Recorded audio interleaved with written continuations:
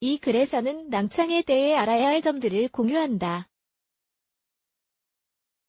전 세계에는 끝이 없는 질병들의 목록이 있는데 이 중 일부는 다른 질병보다 더 우리를 당혹게 한다.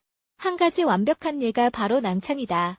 낭창은 병변, 피부의 결절 병변이나 궤양의 형성 등에 의해 피부가 침식 및 파괴된 것의 총칭이다. 아마도 낭창에 대해 한 번 이상은 들어보았을 것이다.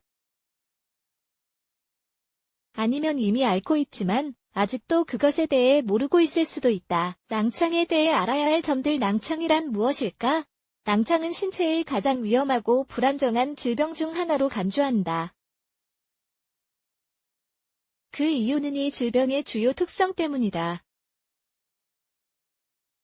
낭창은 자기 면역 질환이다. 이 질병의 증상은 거의 모든 경우가 다르며 예측할 수 없다. 우리의 면역 체계가 영향을 받는 것이기 때문이다. 낭창은 면역 체계의 중요한 세포들을 공격하고 감염시킨다. 또 낭창은 몸의 방어 체계를 파괴한다. 이렇게 되면 박테리아와 몸에 있는 다른 독성 물질들과 싸울 수 없게 된다. 면역 체계와 낭창, 방금 말한 것부터 시작하자면 이런 증상들은 서로 긴밀하게 연관되어 있다. 면역 체계 및 신체에 있어 그것의 중요성에 대해 조금 알아보자. 면역 체계는 특수기관, 세포, 조직 및 단백질로 구성되어 있다. 이 모든 것들은 외부의 침입자로부터 몸 전체를 보호하는 주요 기능을 수행한다. 외부의 침입자 중에서 가장 주목할 만한 것들은 박테리아, 세균, 미생물이다.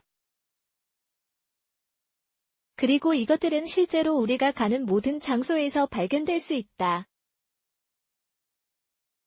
요약하자면 우리의 면역 체계는 몸을 보호하는 필수 기능들의 조합이다. 하지만 이것이 낭창과 어떤 관련이 있을까? 낭창은 전염병은 아니지만 신체의 모든 방어력에 영향을 미친다. 다시 말해, 낭창은 면역 체계와 긴밀하게 연관되어 있다. 조금씩 이 질병은 우리의 세포와 조직을 공격한다. 낭창의 유형. 낭창은 세 가지로 분류된다. 아래에서 자세히 살펴보자. 1. 전신 홍반성 낭창. 이것은 SLE라고 줄여서 불리기도 하며 가장 흔한 유형의 낭창이다. 전문의들은 간단하게 낭창이라고 부른다. 전신 홍반성 낭창은 주기적으로 가장 중요한 시스템에 영향을 미친다. 여기에는 심장, 뇌, 신장과 같은 기관이 포함된다. 그 증상은 엄청나게 다양하다. 어떤 사람들에게는 심각한 증상이 나타나고 다른 사람들에게는 가벼운 증상이 나타날 수 있다. 2. 만성 피부 홍반성 낭창. 피부라는 이름이 말해주듯이 이 병은 주로 피부 조직에 영향을 미친다. 만성 피부 홍반성 낭창은 신체 표면의 100%를 덮는다는 것을 기억하자. 몸의 모든 부위가 감염될 수 있다.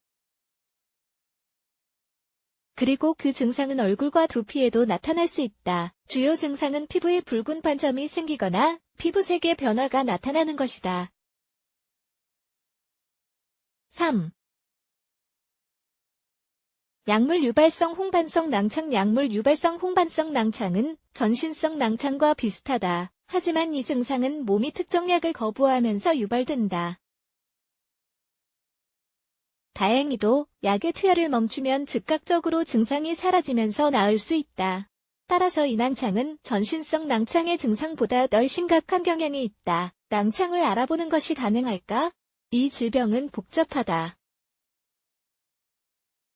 이 질병을 앓는 사람들뿐만 아니라 의료 전문가들에게도 그렇다. 그래서 때로는 정확한 진단을 내리기가 어렵다. 그런데도 낭창을 알아보는 데 도움이 되는 몇 가지 징후가 있다. 가장 흔한 징후들은 다음과 같다. 관절통, 관절염, 갑상선 붓기, 이유 없는 극심한 피로감, 탈모, 피로감과 극단적 선입견, 피부 문제, 가슴 통증. 기억해야 할 점, 이러한 증상들의 출현을 발병이라고 한다. 증상은 나타났다가 사라질 수 있다. 그럴 때는 믿을 만한 의사와 상담하는 것이 좋다. 낭창은 누구에게나 나타날 수 있다. 어떻게 발병하는지는 모르지만 유전적인 요인과 관련이 있다. 또한 낭창을 치료할 수 있는 특정 치료제는 없지만 여러 가지 치료법들이 있다. 이러한 치료를 위해서는 반드시 전문의와 상담해야 한다. 이 질환을 앓고 있는 다른 환자들과 이야기해 보는 것도 질병을 견디는 데 도움이 될 수 있다. 이미지 제공 위키하우.com